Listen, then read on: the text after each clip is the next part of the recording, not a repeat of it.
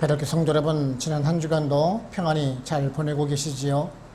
지난주에는 아람 군대가 다시 공격을 해오고 사마리아 성을 이제 장기간 포위를 하게 되자 백성들이 이제 기근에 빠지게 되고 급기야는 그 자녀들의 인육을 먹는 등 아주 처참한 지경에 이르게 되었던 것을 우리가 살펴보았습니다. 그리고 또한 이제 물가가 폭등을 하자 이에 대한 원인이 엘리사에게 있다라고 생각한 그 여호람 왕은요, 엘리사를 잡기 위해서 군대를 파견을 하였습니다마는 이를 바로 철회를 하게 되고 엘리사는 모든 것이 또한 정상화될 것을 예언을 하게 되었습니다. 오늘은 이에 이어서 그 아람 군대가 그 하나님의 역사하심으로 말미암아서 이제 철수를 하게 되고 이런 사실을 목격하게 된 나병 환자들에 의해서 성내에 전해지게 됩니다. 그리고 여호람 왕은 정찰병을 보내서 이것이 사실인지를 확인하게 되지요. 그리고 군사들을 보내서 그것을 확인하게 되고 또한 병사들의 보고를 받고 백성들은 그 아람 군대 물자들을 노력을 하게 되고 곧바로 물가는 안정을 찾게 되는 것이 오늘의 내용입니다. 그리고 또한 이러한 엘리사 예언에 대해서 의구심을 표했던 군대 장관이 성문에 밟혀서 죽게 되는 것이 또한 오늘의 본문이라고 할 수가 있겠죠. 나병 환자들은 성내에 먹을 것이 없자 아람 군대에 투항을 하고자 하였습니다마는 아람 군대는 그 하나님의 역사하심으로 말미암아 마치 그 헷 족속과 애굽의 그 연합군들이 쳐들어오는 것으로 오인을 하여서 급하게 철수를 하게 된 것입니다. 이렇게 아람 군대가 철수를 하게 된 것을 알게 된 나병 환자들은요, 습득한 재물의 일부를 숨겼습니다마는 또한 이것을 바로 회개를 하고 이 좋은 소식을 왕궁에 알리게 됩니다. 이스라엘 공동체에서 버림을 받은 이 나병 환자들에 의해서 하나님의 구원하심을 알려주게 되는 그러한 아이러니한 일을 보실 수가 있는 것입니다. 그리고 엘리사의 예언을 듣고도 의구심을 가졌던 군대 장관이 백성들의 발에 밟혀서 죽게 됨으로 인해서 이 엘리사의 예언이 성취되는 것을 볼 수가 있는데요. 또한 이런 사실을 두 번에 걸쳐서 이렇게 반복적인 기술을 하고 있는 것을 보게 됩니다. 이것은 하나님의 말씀이 반드시 성취된다라는 것을 독자들에게 알려주기 위해서 열왕기 저자는 전후에 앞뒤 반복해서 기록을 하고 있는 것을 보게 됩니다. 그래서 열왕기서를 살펴보는 우리들도 더욱더 하나님의 말씀을 신뢰하면서 순종하는 삶을 통해서 하나님께서 구원해 주시는 복되고 아름다운 소식을 전하는 우리 성도들이 되어야 할 것입니다. 오늘은 이러한 말씀을 살펴보면서 또한 우리들에게 어떤 은혜를 주는지 한번 알아보도록 해보겠습니다. 첫째는 우리 성도는요, 구원의 복된 소식을 전할 수 있는 사람이 되어야 합니다. 말씀 3절을 보시게 되면은 성문 어귀에 나병 환자 4사람이 있더니 그 친구에게 서로 말하되 우리가 어찌하여 여기 앉아서 죽기를 기다리랴 라는 말씀을 하고 있습니다. 지난주에도 살펴보았듯이 그 아람 군대가 이제 사마리아 성을 이제 포위를 하고 이제 절체절명의 그 순간을 맞이하고 있는 그런 상황이 있었습니다. 기근이 너무 심해서 자녀의 그 인육을 먹으면서 버티고 있으면서 아주 물가는 살인적으로 높아져 있었습니다. 그런 가운데 엘리사에게 원망을 퍼붓고 있던 그 여호람 왕과 백성들에게 엘리사는 오히려 하나님께서 그 다음날 구원해 주실 것이다라고 예언의 말씀을 전했었지요. 그럼에도 불구하고 한 장관은 이런 엘리사의 말에 어찌 그런 일이 있을 수가 있겠느냐라면서 의구심을 표시를 했었습니다. 물론 이 엘리사가 전해주는 그 하나님의 은혜를 성 안에 있는 사람들도 사실은 아무도 믿지를 않았을 것이 분명합니다. 그런데요, 그날 바로 하나님의 은혜로 아람 군대가 철수해서 돌아갔다는 것입니다. 사마리아 성 안에 있던 사람들은요, 하나님께서 이루신 그 사실을 믿지 못함으로 인해서 그 자유함의 기쁨을 누리지 못한 것입니다. 이런 좋은 소식을 겨우 목숨을 부지해 보겠다라고 아람으로 그 망명을 하고자 했던 나병 환자들에 의해서 이런 소식을 알게 되는 이런 사실이 정말 재미있지 않나요? 사실 나병 환자들은요, 가장 시급한 것은 지금 자신들의 목숨을 보존하는 일이었었습니다. 나병이라는 병을 가지고 성 안에서 백성들과 같이 살아갈 수 있는 그 나병 환자들은 더욱더 힘든 시기였겠지요. 어차피 그 사마리아 성 사람들에 의해서 목숨을 부지하던 사람들인데 뭐 사마리아 성 안에 있는 사람들이 사정이 좋지 못한데 나병 환자들을 구제해 줄 수가 있는 상황이 결코 아니었기 때문에 그렇습니다. 그런데요, 이런 나병 환자들을 보면서 우리들도 또한 이런 나병 환자들과 같은 사람이 아닌지 한번 생각을 해보게 됩니다. 물론 저희들이 뭐 그런 병을 얻은 사람이라는 것은 아닙니다. 하지만요, 그런 먹고 살아가는 그런 현실적인 면만 추구하고 있는 그러한 자유롭지 못한 사람들이 아닌가라고 한번 생각을 해본다라는 것이죠. 바로 앞에 있는, 우리들의 구원이 바로 앞에 있는데도 불구하고 그 자유함을 보지 못하는 불신앙인들의 모습 말입니다. 진리의 말씀을 접할 수 있음에도 불구하고 그 진리의 말씀을 듣고 있음에도 불구하고 귀를 닫고 있는 모습 말입니다. 지금은 그런 영적인 나병으로 인해서 자유함을 누리고 있지 못하는 그런 모습 같다라는 말입니다. 스스로 나병 환자가 되어서 진리를 듣지 못하고 현실적인 면만 추구하는 모습과 같다라는 것입니다. 우리들은 어디든지 갈 수 있는 자유가 있습니다. 하지만 당시 그 나병 환자들은 그 주거가 제한이 됩니다. 성 내에서 살 수 없으면 물론이고 집단으로 성 외곽에 거주를 하면서 그 성 어귀에서 백성들이 베푸는 그러한 작은 동량에 의해서 살아가는 사람들입니다. 그런데 이마저도 끊기게 되자 이제 아람으로 망명을 하고자 하지요. 사실 자유롭게 살아갈 수 있음에도 불구하고 가지 못하는 그러한 자유를 보게 됩니다. 우리 현대인들도 마찬가지입니다. 주님께서 주시는 그 자유함을 모르고 스스로 감옥에 가두는 모습을 보게 됩니다. 요한복음 8장 32절에서요. 진리를 알지니 진리가 너희를 자유롭게 하리라 라는 말씀이 있습니다. 이 말씀은 외형적인 그런 물리적인 자유함을 말하는 것이 아닙니다. 그 죄로부터의 자유, 세상의 그 속박으로부터의 자유를 말씀하고 있는 것입니다. 예수 그리스도가 주시는 영적인 자유함을 말하고 있는 것이죠. 오늘날 얼마나 많은 사람들이 이 자유의 소리를 듣고 있지 못하고 있습니까? 바로 옆에서 자유를 주시겠다라고 말씀하고 있는데 스스로 성문 밖에서 구걸하면서 몇 푼의 그 물질적인 것 때문에 주님을 모르고 살아가고 있지 않습니까? 우리는 성도입니다. 이런 주님이 주시는 자유를 누린 사람들이라는 말씀입니다. 우리는 이제 그 죄에서 자유함을 얻었습니다. 세상이 유혹하는 그런 권세 속박에서 벗어난 사람들이 바로 우리 성도들이라는 말씀입니다. 그래서 이 자유를 전할 수 있는 사람이 되어야 합니다. 하나님께서 행하시고 역사하시는 놀라운 사실을 이 기쁜 소식을 전할 수 있어야 하는 것입니다. 지금 우리가 누리고 있는 이 자유함을 세상 사람들에게도 전하면서 그들로 하여금 죄에서 자유를 누려서 같이 살아갈 수 있도록 힘쓸 수 있는 또한 저와 여러분들 되시기를 바랍니다.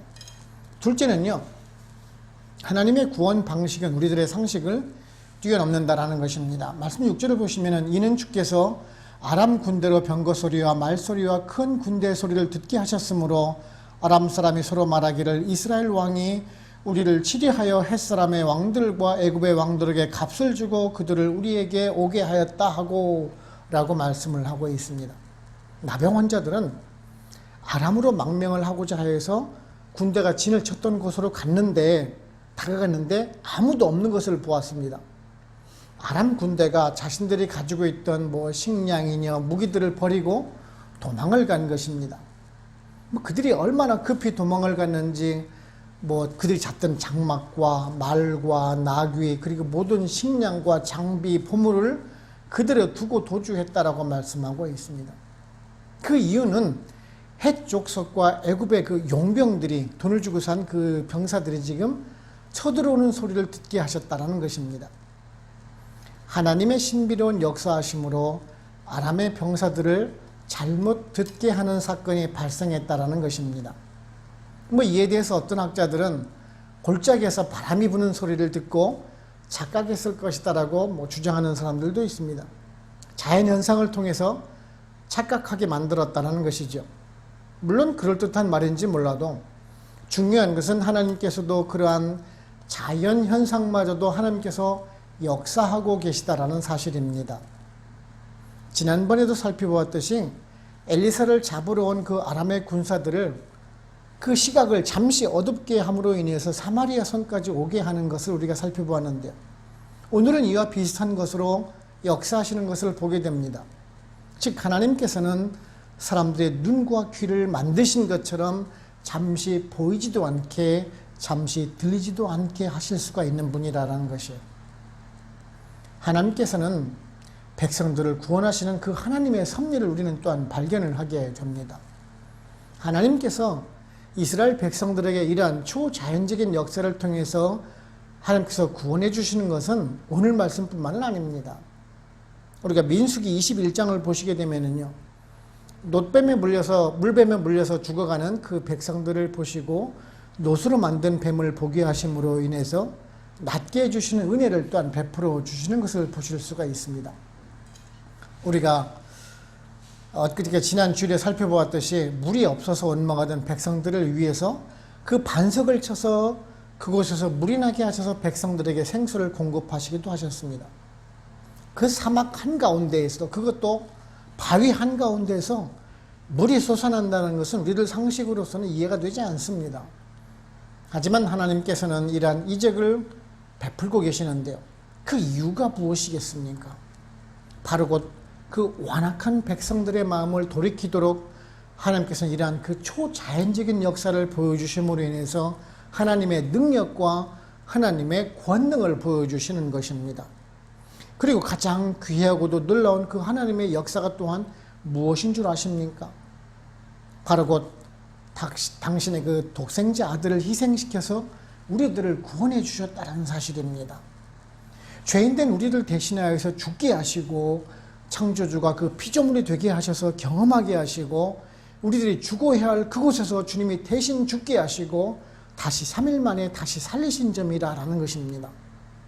더구나 더 놀라운 것은 이러한 구원함을 얻기 위해서 우리들이 해야 할 아무것도 요구하지 않으셨다는 사실입니다. 단지 예수 그리스도를 믿고 구주로 영접하면 되는 것입니다. 요한복음 1장 12절에서요. 영접하는 자 곧 그 이름을 믿는 자들에게는 하나님의 자녀가 되는 권세를 주셨으니라고 말씀해주고 있지 않습니까? 이보다 더 놀라운 하나님의 섭리하심이 또 어디에 있단 말입니까? 저나 여러분들이 다른 사람의 죄를 사하여 주기 위해서 여러분의 목숨을 내어 주실 수가 있겠습니까? 아니지 않습니까? 역으로 생각해서 하나님의 입장에서 본다라면은 하나님의 창조물인 우리 인간을 위해서 하나님께서 독생자를 희생까지 하면서 우리 인간을 구원해 주실 그 이유가 무엇입니까? 우리 인간적인 눈으로 본다면 당연히 그럴 수가 없는 것입니다. 그럼에도 불구하고 하나님께서 우리 성도들을 구원해 주신 것은 전적인 하나님의 은혜이고 사랑인 것입니다. 하나님의 형상을 입고 하나님의 마음을 담아주신 그 우리를 향하신 지극하신 하나님의 사랑으로 밖에는 설명할 수가 없는 것입니다. 그러기에 우리들은요, 이런 구원해 주심에 감사하면서 늘 찬송해 가면서 하나님만 바라보면서 살아가실 수 있는 또한 우리 모두가 되기를 원하는 것입니다. 세 번째는요, 복음에는 양면성이 있습니다. 말씀 16절을 보시면 백성들이 나가서 아람 사람들의 진영을 노력한지라 이에 고운 밀가루 한 스아에 한 세겔이 되고 보리 두 스아가 한 세겔이 되니 여호와의 말씀과 같이 되었고라고 말씀을 하고 있습니다. 아람 군대가 물러갔다라는 그런 소식을 들은 백성들은요, 이제 그 아람 군대가 머물렀던 진영으로 달려가서 아람 군대가 가지고 있던 그런 재물을 약탈하는 모습을 기록이 되고 있는데요. 불과 어제 그 하루 전만 해도 먹을 양식이 없어서 어린 자녀의 인육을 먹었던 사람들입니다. 그랬던 사마리아 백성들은 이제 아람 군대가 도망갔다라는 소식을 듣고 서로 물건을 탈취하기 위해서 노력을 하고 있습니다. 말 그대로 정말 무정부적인 상태로 혼란이 가속되고 있는 모습을 보게 되는데요. 정말 단 하루 사이에 이렇게 변해버리는 것입니다. 그런데요, 이런 모습은요, 현대를 살아가는 우리들의 영적인 모습이기도 하다라는 것입니다. 죄로 인해서 멸망의 길로 가는 사람들과는 그런 사람들과 같은 모습이라는 것입니다. 생명으로 가는 길, 죽음으로 가는 길, 두 갈래의 길에서 살아가는 사람들과 같다라는 말입니다. 많은 사람은 지금도 많은 사람들에게 하나님의 말씀이 지금 전해지고 있습니다. 서점에서 팔리는 베스트셀러는 지금 우리가 보기에는 이 성경이 베스트셀러입니다. 우리들 살고 있는 지역에 교회가 없는 곳 없습니다. 인터넷을 통해서 수많은 하나님의 말씀이 선포되고 있습니다. 하지만 어떤 사람에게는 기쁨을 주는 복된 소식이지만 어떤 사람에게는 멸망에 이르는 죽음의 소식이라는 것입니다. 그렇습니다. 복음을 믿는 사람들에게는 죄의 길에서 해방을 시켜주기도 하지만 믿지 않는 사람들에게는 심판이 선포되고 멸망을 초래한다라는 것이죠. 고린도전서 1장 18절을 보시면은 십자가의 도가 멸망하는 자들에게는 미련한 것이요 구원을 받는 우리들에게는 하나님의 능력이라고 말씀하고 있습니다. 이런 것은요, 구약시대이든 지금 신약시대를 살아가는 우리들은 동일한 것 같습니다. 북이스라엘 민족은요, 분명 하나님의 은혜를 받은 사람들입니다. 엘리사를 통해서 그토록 많이 구원해 주신 일은 없었습니다. 그럼에도 불구하고 그들은 끝내 하나님을 멀리함으로 인해서 멸망을 하게 됩니다. 예수님 당시도 마찬가지입니다. 마가복음 10장을 보시게 되면은 소경이었던 바디메오는 복음을 받아들이고 예수님 앞으로 나왔을 때 영적인 눈뿐만 아니라 육신의 눈도 뜨게 되었습니다. 그런데 주님의 그 이적을 보면서도 끝내 주님을 십자가에 못 박으라라고 했던 유대인들은 결국 로마군에 의해서 주 70년에 흔적도 없이 사라지게 되고 지난주에 살펴보았던 대로 자녀의 그 인육을 먹는 아주 참극과 함께 멸망을 당하게 됩니다. 그렇다면 지금은 또한 어떻습니까? 지금도 하나님의 말씀을 들으면서 주님을 믿고 구원을 받는 수많은 사람들이 있지만은요, 아직도 주님을 배척하고 교회를 등지고 있는 정말 수많은 사람들이 있는 것을 보게 됩니다. 지금 현실이 주는 그 안락함으로 인해서 물질적인 욕망이 앞서서 주님을 찾지 않은 사람들도 있고요, 우상 숭배로 인해서 하나님을 찾지 않은 사람들도 있습니다. 그 또한 기독교를 박해하면서 그것이 오히려 신의 축복이라 말하는 이슬람 사람들도 있습니다. 이렇듯 복음에는요, 그러한 양면성을 가지고 있는 것을 보게 됩니다. 분명 복음은 기쁘고 복된 소식입니다. 하지만 어떤 사람들에게는 이 기쁜 소식을 모르고 멸망으로 가는 사람들도 있다는 것입니다. 오늘 살펴보고 있는 여호람의 한 장관이 바로 곧 그런 사람입니다. 이스라엘 구원해 주신다는 그 하나님의 은혜를 부정을 합니다. 세상적인 논리로, 상식에 어긋난다라는 논리로 부정부터 하고 보는 사람입니다. 하지만 결국 이 장관은 성문 앞에서 백성들의 발에 밟혀서 죽는 결과를 초래하고 맙니다. 자신이 하나님의 은혜를 부정한다라고 해서 그 자신에게 이득이 되는 것이 무엇이 있겠습니까? 엘리사가 그토록 수많은 이적을 보고도 왜 인정을 받지 못할까요? 사실은 이런 모습은 북이스라엘 백성들을 예표해 준다라고 할 수가 있을 텐데, 결국 북이스라엘 백성이 하나님의 심판을 받아서 멸망을 받게 되지요. 여호람의 그 한 장관이 성문 앞에서 발에 밟혀서 죽게 되듯이 이스라엘 백성들은 그 아수르 군사들의 발에 밟혀서 죽게 된다는 것을 지금 말씀해 주고 있다는 것이에요. 우리들은요, 이런 사실을 명심하고 지금 이 순간에도 복음이 선포되고 있는 것에 늘 순응하시고 늘 기쁘고 감사한 마음으로 살아가시면서 그 불신 이웃을 향해서 구원의 손길을 내밀 수 있는 저와 여러분들 되시기를 바랍니다. 결론적으로 말씀을 드리게 되면은요, 17절과 20절을 보시게 되면은 여호람 왕의 한 장관이 성문 앞에서 백성들에 의해서 그 발에 밟혀서 죽는 모습을 이렇게 두 번에 걸쳐서 기록이 되고 있는 것을 보실 수가 있는데, 이런 사실의 발단은 1, 2절을 보시면 알 수 있죠. 엘리사가 전해주는 그 예언의 말씀을 믿지를 못합니다. 지금 당장 눈앞에 물가가 폭등하고 인육을 먹는 그런 참담한 지경인데 하루아침에 바뀔 것이다라고 믿지를 못하는 것이죠. 그래서 엘리사는 그 장관이 하나님의 예언을 보면서도 먹지 못하게 될 것이다라는 예언을 하게 되고 그 말씀이 그대로 성취되는 것입니다. 열왕기하 7장의 시작과 끝을 같이 맞추어 나가는 것을 보실 수가 있습니다. 그렇습니다. 세상은요, 지금도 믿지 못할 것이 있습니다. 그리고 시작이 있으면 반드시 끝이 있게 되어 있습니다. 우리가 생명을 얻어서 태어났다라면 반드시 죽음이 우리들의 끝을 맺는다라는 말씀이기도 하지요. 그리고 예언해 주시는 말씀처럼 하나님의 언약은 예전이나 지금이나 신실하게 이루어졌거나 또한 앞으로도 이루어질 것이다라는 것입니다. 이것은 불변의 진리입니다. 동정녀 탄생이 말도 안 되는 것이다라고 사람들은 생각을 했지만 결국 예수 그리스도는 그 말씀대로 오셔서 인류 구속사역을 완성하셨습니다. 그리고 다시 오시겠다라고 하시는 그 주님 말씀도 또한 분명히 이루어질 것입니다. 우리는요, 이것을 믿는 성도입니다. 에스겔서 12장 28절을 보시면은요, 주 여호와의 말씀에 나의 말이 하나도 다시 더디지 아니할지니 내가 한 말이 이루어지리라. 나 주 여호와의 말이니라 라는 말씀이 생각나는 지금이라는 것입니다. 우리는 지금 종말이 가까웠음을 우리 모두 다 알고 있습니다.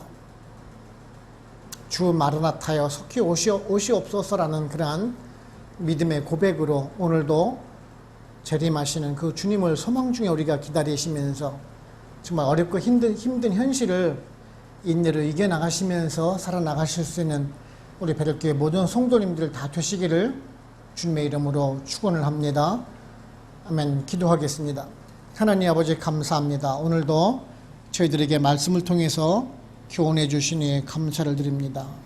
선지자 엘리사의 시대에 그 아람의 침입으로 인해서 자녀의 인육을 먹게 되고 또한 물가가 치솟는 그 상황 속에서 구원해 주신 그 하나님의 은혜를 보게 됩니다.